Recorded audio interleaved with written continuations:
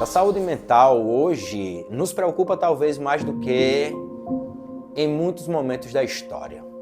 Nos preocupa pelo seguinte sentido: antigamente, eu acredito, e a gente já sabe, de acordo com pesquisas e pesquisas, que depressão ela é uma doença desde a época de Sócrates. Sócrates falava de depressão.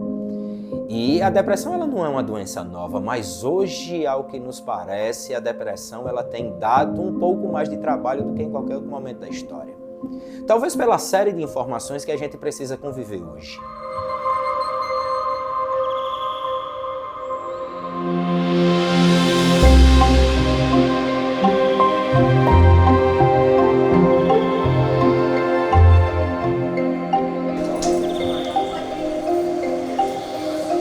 Eu me chamo Tiago, sou professor de psicologia e hoje nós estamos aqui para falar um pouco e mostrar um pouco do que é a rotina em saúde mental no Hospital Geral Dr. João Machado. Mas esta história, ela não se inicia aqui. Ela se inicia basicamente aqui no Rio Grande do Norte, lá no finalzinho, no meio para o finalzinho do século XIX. Lá nessa época, mais ou menos 1850, 1860, a saúde mental, ela não era tratada como é tratada hoje em dia, como acontece aqui no hospital.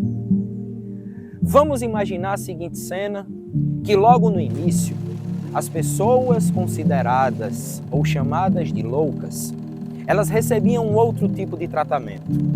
Esse tratamento tinha muito mais a ver com o castigo, com a dor, muito mais do que com a necessidade de tratar e recuperar essas pessoas. Logo no início, aqui em Natal, nós convivíamos com a seguinte cena: casos de sífilis, casos de varíola, casos de lepra, aos montes, dizimando a população. Sendo que esse não era um problema apenas aqui de Natal, a capital do Rio Grande do Norte. Ele era um problema que estava acontecendo no Brasil inteiro. O número dessas pessoas doentes só aumentava aos montes e não se sabia muito bem como tratar essas pessoas. Paralelamente a isto, as pessoas que tinham algum tipo de problema mental, elas eram excluídas do meio social, tal como as pessoas que tinham a hanseníase, conhecido como lepra ou como bexiga. Essas pessoas elas precisavam ficar completamente afastadas de todos os outros, porque se entendia que estas pessoas elas atrapalhavam o convívio social muito mais do que ajudavam. Aqui em Natal, o primeiro hospital que recebia estas pessoas com lepra, com a hanseníase, com a varíola ou com outras doenças como a tuberculose, que acontecia muito na época, era onde a gente conhece hoje como a antiga Casa do Estudante. Essas pessoas eram recebidas lá, sendo que de tanta gente adoecer, por causa que muita gente estava vindo do interior do estado, porque o estado do Rio Grande do Norte nessa época estava sofrendo uma seca gigantesca. Então essas pessoas, elas achavam que vindo para o litoral, elas encontrariam emprego, elas encontrariam a renda, elas encontrariam moradia, elas encontrariam um pouco mais de saúde.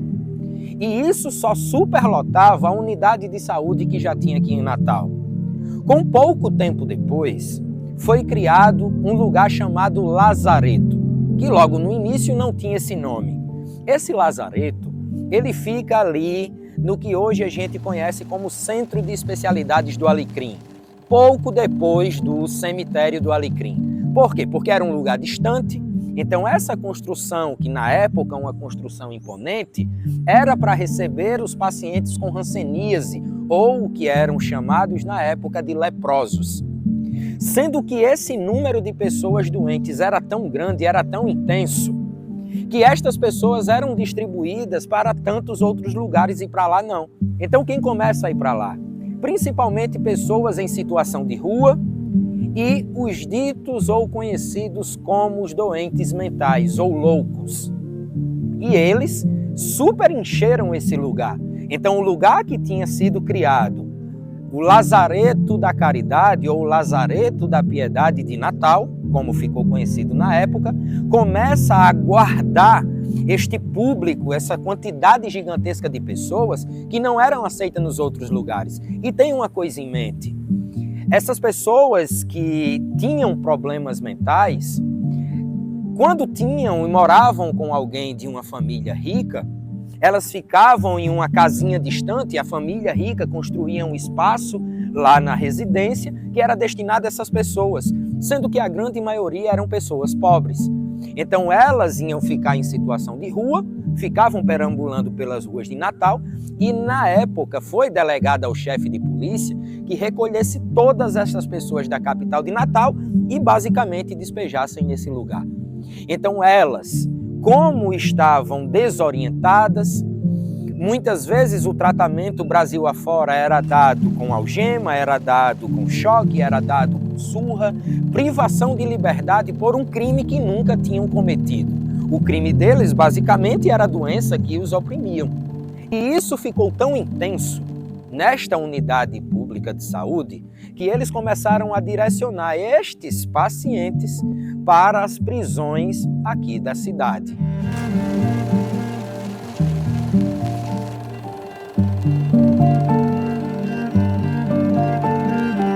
Lá essas pessoas, elas precisavam ficar amarradas, porque literalmente elas não ficavam quietas. Imagina só a gente quando tem uma conta para pagar, a gente fica rodando de um lado para o outro dentro de casa. Imagine essa pessoa que tem o distúrbio, que tem a disfunção. Então, literalmente, ela ficava dentro dos espaços, batendo cabeça em parede, elas ficavam completamente inquietas. Então, na maioria das vezes, elas precisavam ficar amarradas. Elas ficavam agressivas porque estavam amarradas, elas não eram naturalmente agressivas. Elas ficavam porque elas não queriam ficar naquela circunstância. Ninguém quer ficar amarrado. E como eles não entendiam, não sabiam como trabalhar, iam bater nessa pessoa. Daí todo castigo para doido é pouco, porque ela apanhava e ela não ficava quieta. Porque ela perdia o senso. Ela não tem o senso que a pessoa dita normal tem. Então, quanto mais ela apanhava, mais ela agitava. Então, as técnicas elas foram evoluindo, se assim a gente pode dizer, evoluindo a um ponto naquele momento que era tipo assim: tinha uma pessoa que ela tinha um tique no olho, ou ela tinha um tique no braço, ela se mexia de uma forma estranha. Então, os médicos daquela época, que eram chamados de alienistas, porque os pacientes eram chamados de alienados mentais, e esses médicos faziam uma espécie de congresso, chamavam muitos médicos, botavam esse paciente numa maca, aí diziam assim: ó, vamos tentar tirar aquele problema que ele tem no braço, aquele tique, ou então vamos tentar tirar essa agressividade que ele tem. Então eles faziam, dentre tantos procedimentos, um deles era chamado de lobotomia. O que danado era a lobotomia? Eles abriam a cabeça da pessoa e eles tiravam uma parte do cérebro. Para quê? Porque eles acreditavam que quando eles tirassem uma parte do cérebro, a pessoa ia parar com aquele comportamento que eles achavam que era o comportamento do louco. E literalmente a pessoa parava o comportamento, mas não parava só o comportamento. A visão também parava, a fala também parava, a pessoa não andava mais e a grande maioria morria. E muitos psiquiatras naquela época, muitos médicos naquela época começaram a notar que o caminho que se deveria percorrer não era aquele caminho. Eram outros caminhos, haveria ou deveria haver outras formas de se trabalhar com esse público. Então, para você ver, eu estou falando aqui da década de 30. E hoje, óbvio que procedimentos como esse, de abrir a cabeça de uma pessoa, procedimentos como eles faziam, que era o eletrochoque, eles amarravam a pessoa inteira e eletrocutavam essa pessoa para ver se ela ficava normal. É como se eles quisessem dar um reset num computador, ou então um reset numa placa de uma televisão. Uma outra forma que eles faziam, colocavam dentro de uma banheira, colocavam os eletrodos dentro da banheira e começava a dar choque na pessoa. Muitos deles até morrer. E na cabeça deles era tipo assim: não, quando essa pessoa sair daí, ela vai sair normal.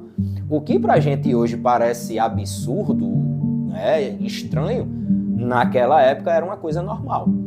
E hoje tem muitas coisas que a gente acha normal, mas daqui a algum tempo eu acredito que a gente vai achar absurdo, a gente vai achar estranho. Como, por exemplo, você pegar uma pessoa que tem um transtorno mental e uma pessoa que tem depressão, por exemplo, e você olhar para ela e dizer bem assim, você tem falta de Deus, se você quisesse se matar, você já tinha se matado. Porque parece que essa pessoa que diz isso está querendo dar um choque de realidade na outra, para tipo assim, menino, tu não tem nenhum câncer, tu não tem nenhum problema, deixa de besteira, vai ocupar essa cabeça. Porque na cabeça de quem está dizendo isso, ela está prestando um bom serviço, ela está dando um bom atendimento. Então é exatamente isso que a gente precisa se ater.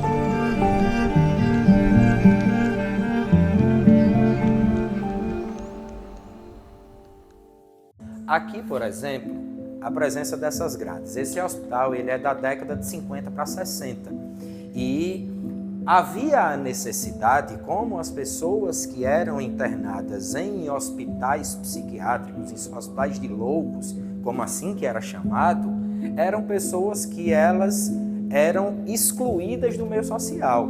Então, quando elas chegavam nestes ambientes hospitalares, literalmente não se sabia como cuidar delas. E por não saber como cuidar dessas pessoas, havia necessidade de grades. Você pode ver aqui a presença de grades, o que hoje, pelo próprio SUS, isso aqui não deve mais conter nas unidades de saúde mental. Inclusive, até a própria nomenclatura, a forma de se falar sobre estes hospitais não é mais hospitais de doido ou hospital psiquiátrico, são hospitais de saúde mental.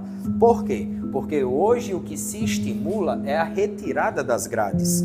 Hoje se entende que saúde mental, a forma de se tratar essas pessoas é através da liberdade e não da prisão. Hoje o SUS estimula a reinserção social, a reabilitação, o contato dessas pessoas com a família. Então, diferentemente do que algumas pessoas acreditam, quando essas pessoas vêm para cá, não é para elas serem dopadas, não é para elas ficarem como zumbis, pelo contrário, é para elas aprenderem a conviver, aprenderem a lidar com o que elas têm e aprendam a conviver em liberdade no meio social.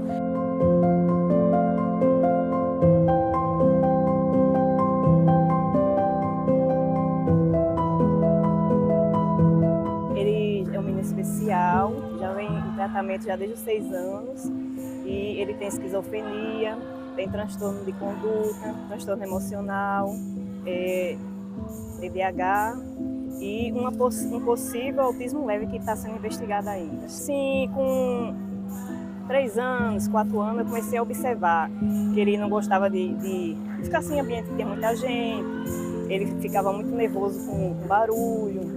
Assim, na verdade, na época do São João, né, ele ficava em pânico com os fogos. Isso ele pequenininho? Ele pequenininho. E ele sempre gostava de, assim, ficar tipo nervoso, aí batia a cabeça na parede. A gente tinha que estar sempre pertinho dele, para ele não se machucar, né? Ou se batia assim e chorava assim, um choro fácil, né? Ficava muito nervoso, assim, não podia chegar a visita, que ele ficava muito nervoso. Aí eu sempre procurei o tratamento quando ele tinha 4 anos, mas só vim conseguir quando ele tinha 6. Então passou 2 anos para conseguir o tratamento. Aí foi quando ele começou a tomar medicação, foi com 6 anos. E o que é que faz quanto tempo que dessa vez ele está aqui no hospital? Faz quanto tempo já? É a primeira internação dele. É a primeira internação? E vai fazer 2 meses, dia 18. Porque ele estava muito agressivo, estava quebrando as coisas dele em casa e também na casa dos meus familiares, né? E estava me batendo e batendo nos meus familiares e querendo se matar e também matar a gente. Aí chegou a um ponto que eu tive que internar. Quando ele tinha 1 ano, eu percebi, e 20 anos, né? 20 anos atrás já eram bem difíceis as coisas, de diagnóstico e tudo. Inclusive, nem colégio, nem em qualquer lugar que eu fosse com desconfiança, diziam que não. Que eu estava vendo coisas, e meu filho era perfeito. E eu dizia, ele tem autismo ou TDAH? Eu pensava que era isso. Mas era autismo. Ele só foi fechado o diagnóstico com 17 anos. Aí o que ele apresentava assim com essa idade que você já notou algo? Ele apresentava muita coisa que é ao contrário do que falam de autistas. porque autista não é igual, nunca se compara. Ele andou rápido, ele falou rápido, só que era o danadinho, era aquele que não parava, não dormia de jeito nenhum, que era uma das características que eu fui procurar. E sempre rodando as coisas, ele gostava de tudo que girava, alguns brinquedos não, até chegar na puberdade, acontecer tudo o que vem acontecendo, e ele só fechou o diagnóstico com 17 anos. Mas que eu procurei. E como é que foi assim na escola? Ele conseguiu concluir a escola ou ele ainda vai? Como é que é? Não, depois de 4 anos para cá não. Depois de 2019 para cá não. Mas ele fez o 9º ano, ele ia só para o colégio, desenvolvia bem. Ele só nunca foi de se enturmar. Ele não comia a comida do colégio, ele só escolhia um ou 2 amiguinhos, mas ele não acompanhava. As professoras me chamavam, dizia que sabia da resposta já.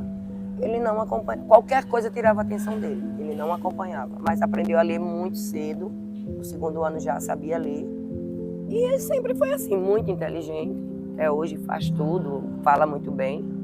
Tudo dele foi mais rápido, por isso que eu achava estranho. Ele muito pequenininho, falou logo, andou logo. Tudo que as pessoas dizem ao contrário. É diferente, o autismo dele é considerado leve. E o problema agora foi o toque. 2019 para cá, na puberdade, veio um toque e é o que está atordoando ele. Mas ele tem capacidade, inteligentíssimo, ele entende tudo. Não adianta alguém falar qualquer coisa, ele capta tudo direitinho. Só tem muitas estereotipias. Ele também tinha muitas estereotipias de pequeno. Ecolalia, falava na 3ª pessoa. Então foi isso que aconteceu para que eu procurasse médico. Ele tem dia 24 foi fechado. Aí o que foi que aconteceu para tu vir para cá? Por causa do álcool e da droga. Qual era a droga que tu É usava? o crack e o álcool. O crack e o álcool junto? O álcool foi. Aí quem foi que te trouxe para cá? Eu mesmo tenho, eu mesmo sozinho. Foi? Eu mesmo procurei ajuda para mim sozinho. Aí tu recebe visita? Hein? Tu recebe? Não. Recebe não? Por quê? Ele não ia para mim não, minha família não ia para mim não. Mas você não estava querendo mandar um recado para sua É, família? porque minha mãe, eu quero ver minha mãe. Sim. Como é que chama tua mãe? Sim. Aí tu morava onde? Tu mora onde? Sim. Tá certo. Aí tu quer dizer o que pra ela? Minha mãe ia me ver, eu quero ir abraçar e beijar.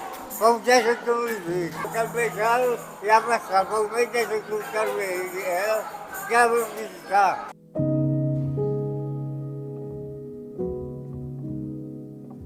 O que foi que aconteceu para que você precisasse ficar aqui internada?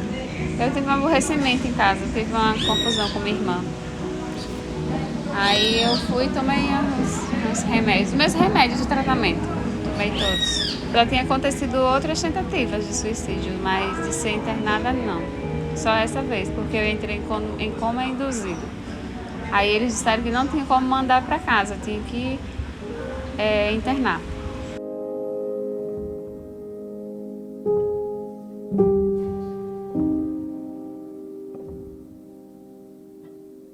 A gente está na ala masculina. Aqui na ala masculina, a gente tem algumas enfermarias que é onde os pacientes ficam.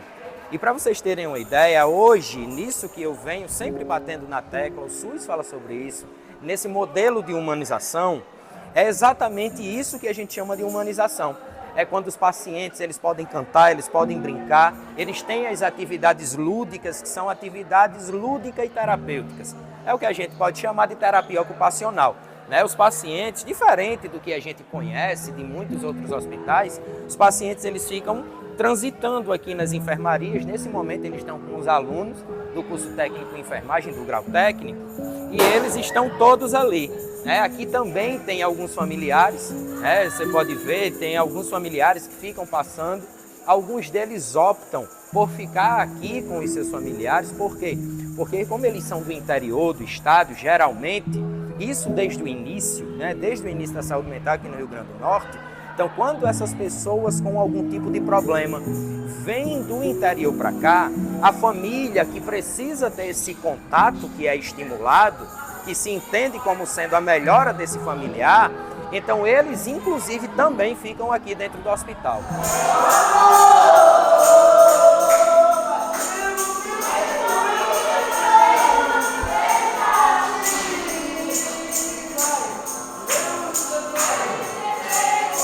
Eu vim muito nervosa, quase não consegui assinar e levei um choque assim porque eu pensei que eu ia ficar numa sala sozinha com ele. Aí quando cheguei tinha 12 homens, né?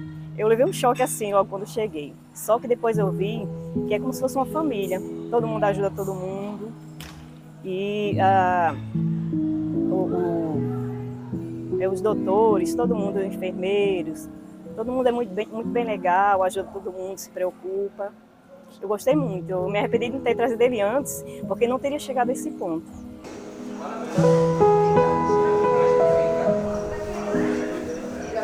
Faço rosa de PET, já que eu não estou com material aqui, é só para desopilar mesmo. Deixa eu montar uma aqui mais ou menos, para você saber como é. Chega. É, para sobrevivência, que eu estou nessa situação aqui, tenho ajuda. Foi você mesmo que desenvolveu essa ideia? Eu sou artesã, eu faço vaso de cimento, faço gesso, faço com toalha de gesso, cimento com gesso, com toalha. Eu comecei a cortar e eu reciclo. Naturalmente, né? Quando eu acho uma tábua, qualquer coisa eu levo, né? Garrafa, tudo no meio da rua. Isso aqui é só com isqueiro e tesoura. Que é meu sonho fazer, tipo, ajudar para ao invés de eles estarem aqui sem fazer nada, aprenderem. Eu quero trabalhar, eu quero montar minha ONG e quero ajudar aquelas pessoas, eu quero ajudar num hospital como esse a ser como terapia. Queria que eles aprendessem que quando começasse a sair daqui, eles têm algo para ganhar dinheiro. Foi há muito tempo que minha mãe pediu para me trabalhar, né? Vamos trabalhar que você está precisando trabalhar, né? Vai completar 18 anos e me mandou para esse, né? Vamos. Aí, de lá para cá, fui, já trabalhei em hospital particular, já trabalhei em rede pública sem ser aqui, né? Aí depois foi que eu vim para cá. Uma colega pediu para fazer uma permuta, porque ela queria sair do lado feminino para ir para o lado que ela trabalhava, que era o masculino. Aí vim, fiz com ela e estou até hoje aqui no lado feminino. 15 anos já. A enfermagem já tinha surgido desde novo. Eu sempre gostei da arte e dessa ciência de cuidar do próximo. Tá? Tanto é que por isso eu fiz concurso paramilitar, só que eu achei que na área militar ainda não alcançava o meu objetivo de cuidar tão bem das pessoas. Foi nessa parte que eu transferi para a enfermagem em si. No curso eu estou já faz 1 ano e 8 meses. Bom, a relação com a enfermagem, no começo eu ainda fiquei em dúvida, não sabia se realmente era isso. A partir do momento que a gente vai avançando, vai tendo novas experiências, como essas, por exemplo, é que a gente vai vendo que está realmente no caminho certo, sabe? Foi quando eu entrei nos primeiros estágios, quando eu pude ali ter o primeiro contato com o paciente, sentir a dor do paciente, fazer de tudo ali para amenizar qualquer tipo de sofrimento, ou trazer até mesmo um sorriso. Foi nesse momento que eu olhei e fiz, realmente é a enfermagem. E a idade que eu tenho hoje é a idade que minha mãe tem, minha mãe é servidora do SUS. Então a minha base vem construída, né? Minha base ela vem orientada, na verdade, essa vivência. Minha mãe trabalha em unidade básica de saúde, assim como eu também trabalho em unidade básica de saúde, então assim já vem enraizada, já são questões que já estão injetadas no meu DNA. A empatia, sem dúvida, e o atendimento humanizado. Eu gosto desse atendimento um pouco mais personalizado, tratar o máximo do meu cliente pelo nome, com um sorriso, com bom dia, boa tarde, boa noite. E até em algumas situações me colocar no lugar do meu paciente mesmo.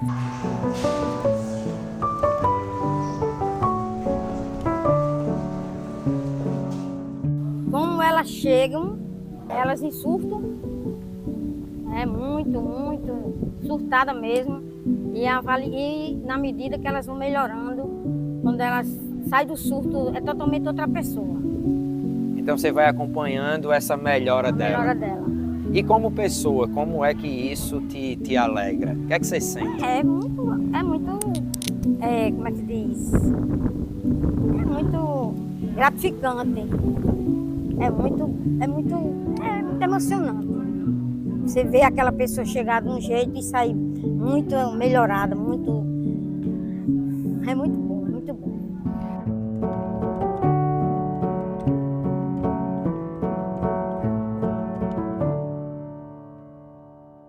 Primeira coisa que eu oriento, eu peço para mães, profissionais, seja quem quer que seja, empatia, respeito.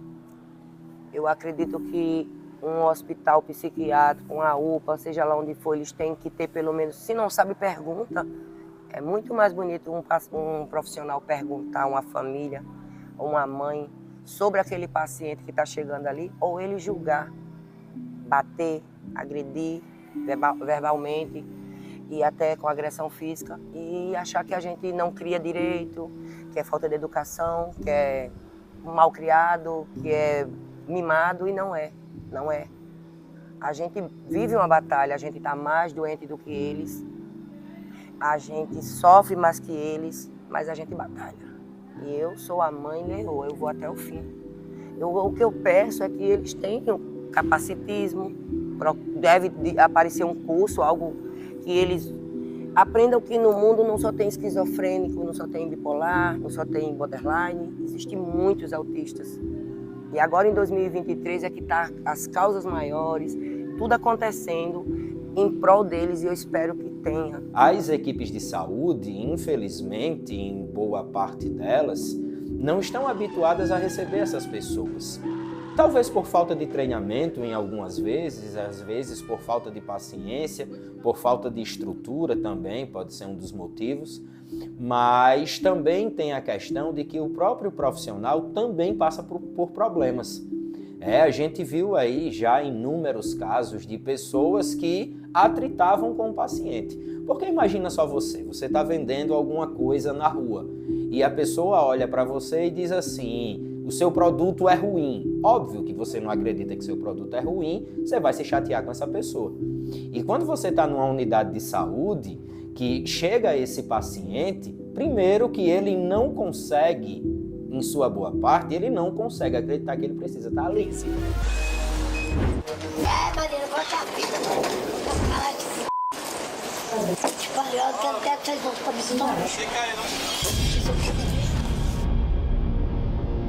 Mas, tem uma coisa, eu só preciso de Stephanie, minha família distante da Inglaterra. O que houve?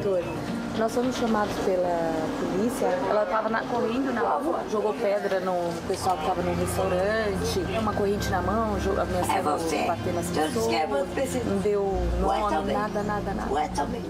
Por quê? Porque como ele está fora da caixa, ele não consegue entender que ali é o lugar para ele se tratar. Aí a família já vem de muito tempo insistindo que ele vá. Ele não quer ir. Mas há necessidade, por causa de um surto ou alguma outra coisa, de que essa pessoa seja internada. E quando ela chega na unidade de saúde, como é que vai ser a abordagem dela com o profissional? Vai ser uma abordagem violenta. E muitos deles, antes de irem ao hospital, antes da internação, e eu também entendo que é assim que acontece, porque você pega, por exemplo, uma pessoa por um motivo qualquer, ela surta, ou ela já tinha problema ou não, foi um filho que ela perdeu, foi uma situação de um término de um relacionamento, ela surtou. E ela está incontrolável. E é uma pessoa com 100 quilos, 80 quilos, uma pessoa forte de vigor físico. A família não consegue controlar, quem é que tem que controlar? A força policial. Então essa pessoa ela já está inquieta por causa do problema que aconteceu. Agora ela está inquieta porque no mínimo alguém precisou usar a força para controlar ela.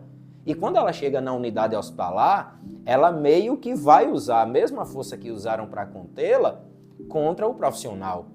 E se o profissional também não tiver bom da própria cabeça dele, a tendência é que essa relação dentre esse paciente e esse profissional também não seja uma relação boa. O que é que tu acha que pode melhorar na própria área da enfermagem, nesse sentido da empatia? Eu acho que a empatia ela meio que se desconstrói no momento da formação das equipes. Quando a gente encontra aqui uma equipe um pouco defasada, né, um quadro reduzido para a quantidade de pacientes que tem. Então, trazendo isso para a realidade da enfermagem, não tem como eu prestar um atendimento humanizado, não tem como eu prestar um atendimento 100% qualificado se eu não tenho pessoal suficiente para isso. Porque quem está no campo de enfermagem hoje sabe que 20, 30, 40 minutos que a gente passa prestando esse atendimento, a gente deixa de cobrir outros setores, que por falta de pessoal a gente não consegue e tem que abranger.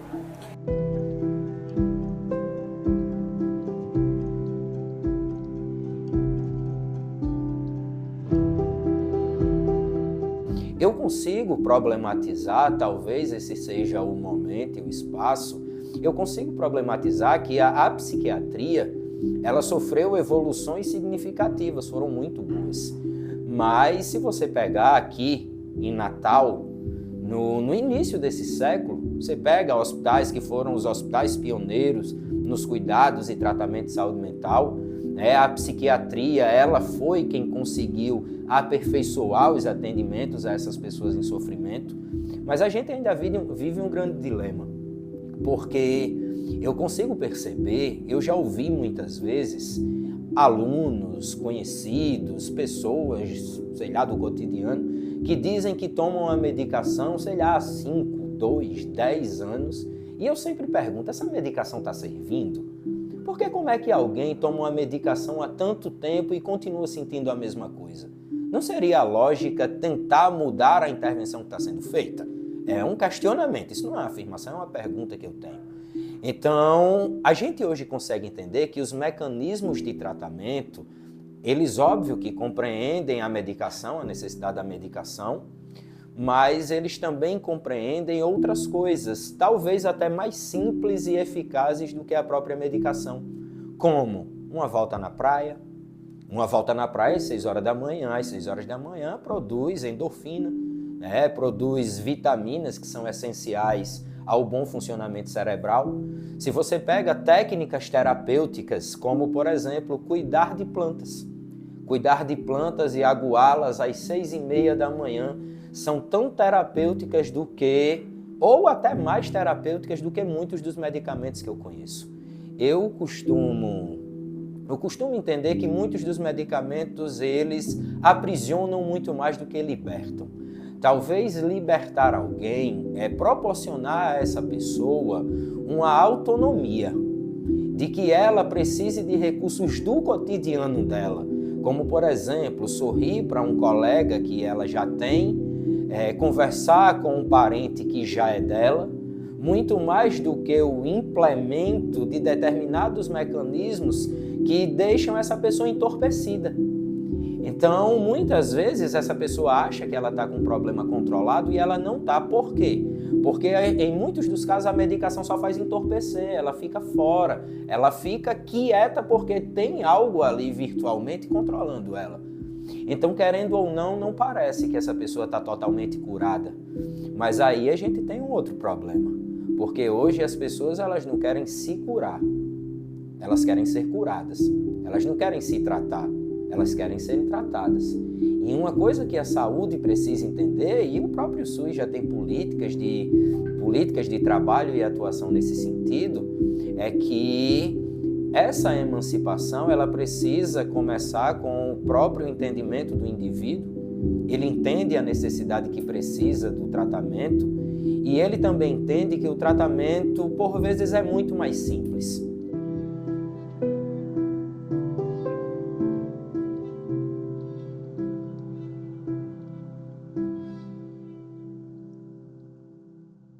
O primeiro de tudo, humanização. E não só para os profissionais da área da enfermagem, mas para o ser humano em si. Está faltando muito isso, o fato de você ter empatia com o próximo. É se colocar no lugar do próximo, não só em relação a um fato profissional, mas a gente como ser humano. Sabe? Então o conselho que eu dou aos futuros técnicos, estudantes, profissionais em si, façam literalmente porque vocês gostam e façam o que vocês gostam.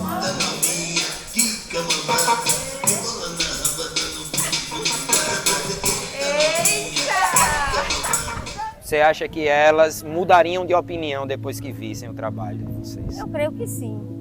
e visse como era aqui dentro. Porque eu vi a senhora dançando ali junto com os pacientes.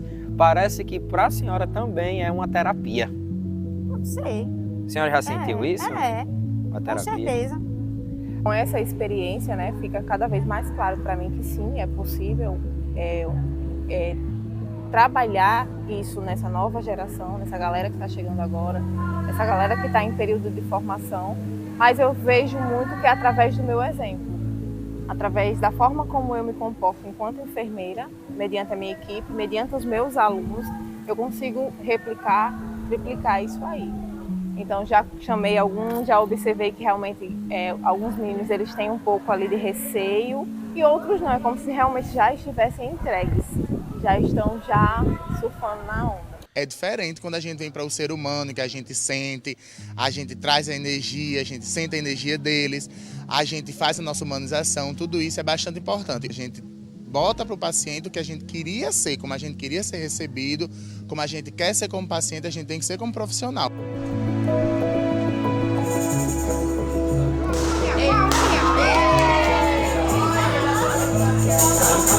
Esse aqui é o quê? Coração fechado?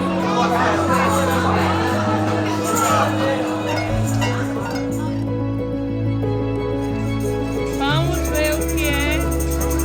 É o que eu esperava. Gostou? Vou me fazer amarrar o meu cabelo, pintar minhas unhas e lixar a unha.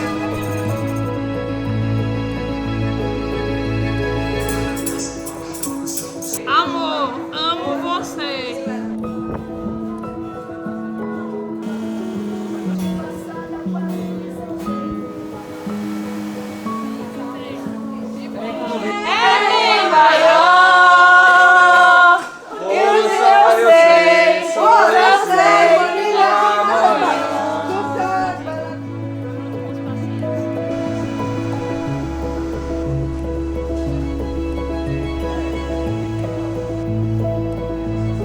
O que a senhora acha assim deles terem contato com seu filho, trazerem essas brincadeiras, a música, a dança? Que a senhora acha? Muito legal, porque ele estava muito triste e estava até um pouco agressivo, né?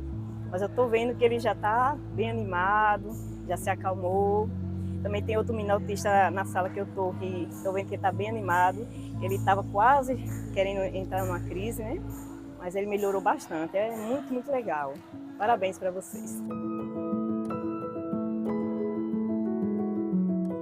Então, movimentos como esse nosso aqui no hospital tem como um grande intuito educar as pessoas para que elas conversem com seus familiares, para que elas possam interagir na sua igreja, na religião, nos seus centros, nos seus espaços religiosos. Precisamos entender que a gente precisa instruir os futuros profissionais, instigar os profissionais que nós já temos no mercado.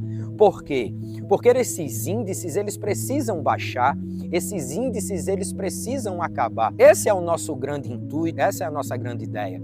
Eu diria que se sentir mal ou se sentir um pouco depressivo, busque ajuda, por mais que você se sinta envergonhado, não tenha um apoio, mas que é importante.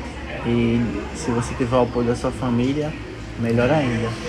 Então você considera que a família nesse processo de ajuda é muito importante? Eu diria que é essencial para você, para se sentir assim, acompanhado e, vamos dizer assim, mais confortável, para que você possa fazer esse tratamento e se sinta mais acolhido. Então você está aqui com ela exatamente por isso, para ajudá-la. Para que ela não se sinta sozinha e que a gente está junto para esse processo. Hoje, aqui e agora, a saúde mental é completamente diferente do que eu imaginava quando comecei o curso. Certo? Aqui foi uma experiência ímpar, à parte, que eu tenho a certeza que eu posso vir aqui 5, 10 anos e a cada ano que se passa eu vou aprender mais, vou entender mais e vou aprender com esses pacientes. E a saúde mental em si, ela reflete muito na enfermagem, porque principalmente aqui é o ato de cuidar do próximo. É você entender que o próximo está aqui, seja por uma doença, por um distúrbio, e você tentar acarretar isso, trazer isso e refletir de uma forma positiva para o paciente. Então a escola, ela também tem um papel muito importante na construção dessa mudança de pensamento, onde nós vemos hoje as unidades públicas de atendimento, como os prontos-socorros, às vezes lotados desse público, e em muitos dos casos eles não querem a internação porque acham que vão só se medicar, porque acham que vão ficar piores, porque acham que não tem jeito, e tem jeito sim. O jeito é o quê? É o tratamento, são as terapias ocupacionais, é o contato com outras pessoas que passam ou passaram pelo mesmo problema, é a volta, é o tratamento nos CAPs, é o tratamento nas unidades básicas de saúde, é a internação, não por tempo prolongado como antes era feito. Hoje essa internação, o grande intuito dela não é prender, pelo contrário, é tratar, reduzir as dores e reinserir de novo essas pessoas em seu ambiente de convívio. E vou até o fim. Onde tiver de falar pelo meu filho e pelos outros, eu vou falar. Hoje, as pessoas elas estão tão focadas em nada que isso as tem destruído. A sensação que eu tenho é que hoje nós temos tudo, facilidade para qualquer coisa. Hoje a gente não precisa ler um texto sequer. Porque se você der o comando ao celular ou ao computador, eles leem o texto para você. Mas ao que me parece, essas facilidades que a vida tem nos apresentado, elas não tornaram a vida mais feliz. Não parece que a escassez deixe ninguém feliz, mas parece que a fartura desnecessária também deixe. Então isso é uma coisa que nos deixa preocupado pelos inúmeros casos de depressão e suicídio. Você pega, por exemplo, os países mais ricos, são os que têm o maior número de suicídio. Isso não significa dizer que nos países mais pobres não haja.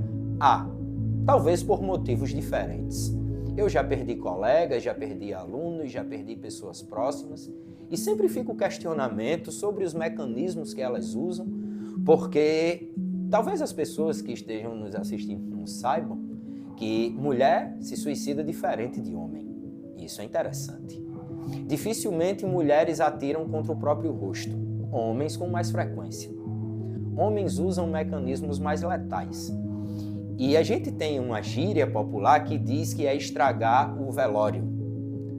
E se tratando de suicídio, homens eles cometem mais dessa forma, mulheres talvez um pouco menos. Se você pegar dos últimos dados que a Organização Mundial de Saúde divulgou, a gente teve basicamente 1 milhão de pessoas que se suicidaram em 2019, 2020.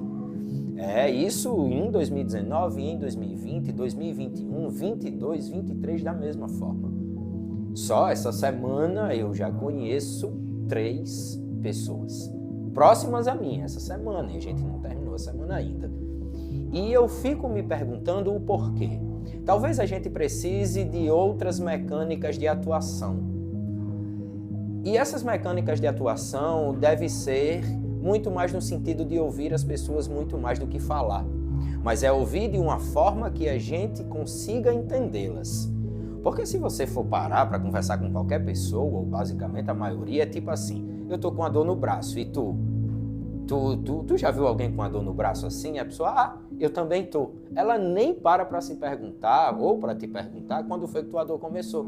Ela já precisa colocar a dor dela, como se a sua não fosse importante para absolutamente ninguém. Então eu poderia aqui dizer 500 mil motivos que poderiam fazer com que alguém se mate. Mas aqui não é o nosso intuito. O nosso intuito é dizer que se nós continuarmos olhando sem enxergar, as coisas vão continuar da forma que estão. Se pais ouvirem menos os seus filhos, as coisas vão continuar da forma que estão. Se filhos escutarem menos os seus pais, da mesma forma. Então eu acho que a gente tem que dar mais a vez no trânsito, a gente tem que querer ganhar menos, a gente tem que tentar ser um pouco mais gentil, e isso é um exercício, inclusive, para mim. É como se eu estivesse falando agora com um grande espelho na minha frente. Talvez a gente tenha que mudar alguma coisa, não as leis, porque se você for parar para olhar, elas estão bem sofisticadas se comparadas há muito tempo atrás. Eu acho que nós precisamos mudar a nossa conduta, porque se a nossa conduta não mudar, as coisas vão continuar absolutamente da forma que estão. E todos os setembros serão setembros amarelos, com hashtags e salve vidas e se precisar de mim eu estou aqui para ajudar. Quando na verdade eu não consigo ajeitar a minha cama quando eu acordo. Quando eu não peço a bênção a alguém da minha família. Quando eu entro no ônibus e tem um idoso, eu finjo que estou dormindo para não dar a vez a ele. Não adianta querer salvar o mundo quando a gente não consegue salvar as nossas próprias condutas.